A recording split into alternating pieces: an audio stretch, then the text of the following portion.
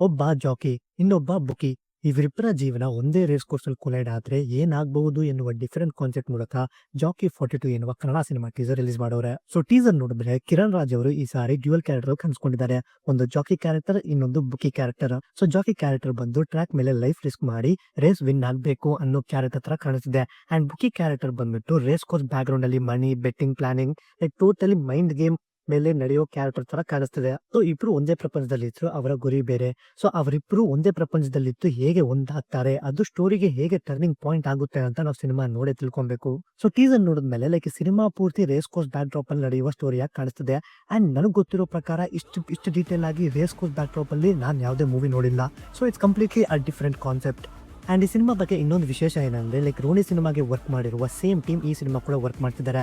And ರೋಣಿ cinema direct ಮಾಡಿರೋ ಗುರುತೇಜ್ ಅವರು ಈ ಸಿನಿಮಾ ಕೂಡ ಡೈರೆಕ್ಟ್ ಮಾಡ್ತಿದ್ದಾರೆ. ಸೊ ಈ ಟೀಸರ್ ನೋಡಿದ್ಮೇಲೆ ಈ ಸಿನಿಮಾ ಖಂಡಿತವಾಗಿಯೂ ಒಂದು ಫ್ರೆಶ್ ಅಂಡ್ ಯೂನಿಕ್ ಎಕ್ಸ್ಪೀರಿಯನ್ಸ್ ಕೊಡುತ್ತೆ ಅಂತ ಗ್ಯಾರಂಟಿ ಕೊಡುತ್ತೆ. So watch this full teaser on YouTube. So teaser ನೋಡಿದ್ಮೇಲೆ ನಿಮಗೆ ಹೇಗೆ ಅನಿಸ್ತು ಅಂತ ಕಮೆಂಟ್ ಮಾಡಿ.